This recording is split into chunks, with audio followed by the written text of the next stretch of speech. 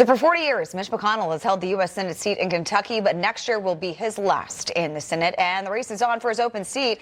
That's heating up. So far, former Kentucky Attorney General Daniel Cameron and current Kentucky Congressman Andy Barr have thrown their names into the race, but the field is expected to expand as Kentuckians look for a candidate who closer aligns with President Trump's agenda.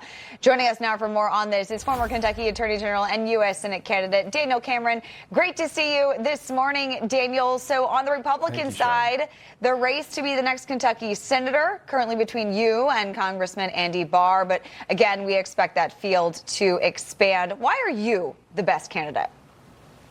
Well, Charlotte, thank you for having me on. I'm the best candidate because I'm the candidate that will go to Washington to advance President Trump's America First agenda. I've got a track record of standing with and supporting him. Look, I endorsed President Trump for re-election in 2023 when other folks in the state weren't doing that. I've been with him through thick and thin and will continue to be his biggest advocate in the Commonwealth of Kentucky. And you need a senator that's going to stand up for the constitutional rights and values of the men, women, and children of our 120 counties, and I will do that as the next senator from Kentucky. And I'm glad to be in this race. And there's been current polling that just came out that showed me at 44%. I want to bring more and more people into this campaign. We are going to win this thing. We're going to win the primary, and we're going to win the general come November of 2026. And as you know, other than his age, big critique many have of Senator Mitch McConnell has been his history of voting against President Trump's agenda. And that includes some of his cabinet nominations, including Tulsi Gabbard, Pete Hegseth, RFK Jr. And I know you said that that is something you will do. How will you do that and bring that message to Kentuckians?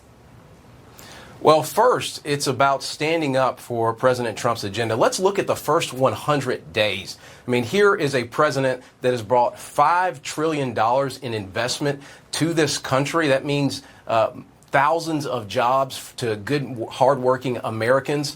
This is a president that has deported illegal immigrants, over 139,000 of them. He's making our streets safer, and he's reestablishing the rule of law. This is a president that is unleashing our coal and natural gas. I come from a coal and natural gas state. We don't want to see what happened in Europe happen here in the United States with the blackouts. Again, this is a president that understands the working men and women of this country. He understands the working men and women of the Commonwealth, and he needs a senator that supports his agenda, and that's what I'll bring to the United States Senate as the next senator from the Commonwealth of Kentucky. Yeah, absolutely. And I know that you ran for governor of Kentucky last year, lost to Governor Andy Beshear. But what did you learn through that process, and how do you plan on going about this race differently?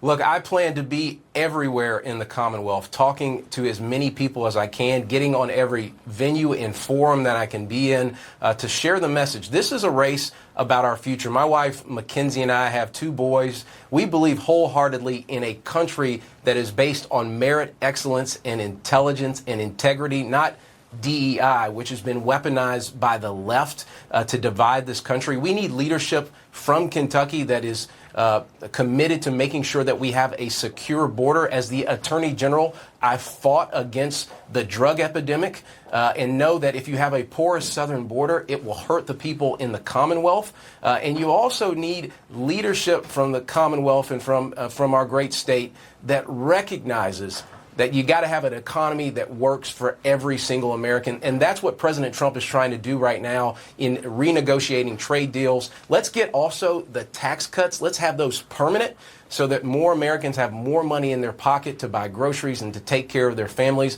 I understand that. My wife, Mackenzie, and I understand that because of our 2 little boys that we're raising. We want to help lead the Commonwealth into the remainder of this decade and decades to come, because we, as a young family, recognize the importance of strong leadership in Washington that can make this country great again. I know that many people believe this race will come down to which candidate wins the endorsement of President Trump. Do you think the president will come out and make an endorsement? And how confident are you that it will be yourself?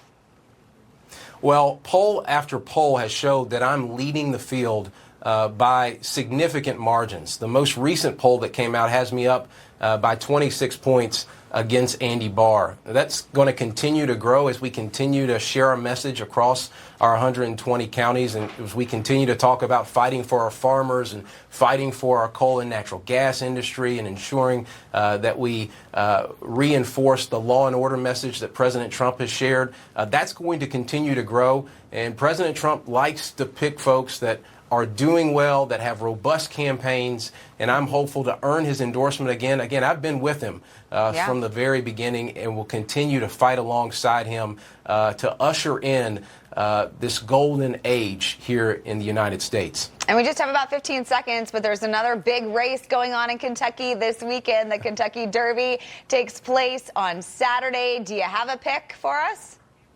I'm going to go with the Kentucky trainer, Kenny McPeek, and Render Judgment.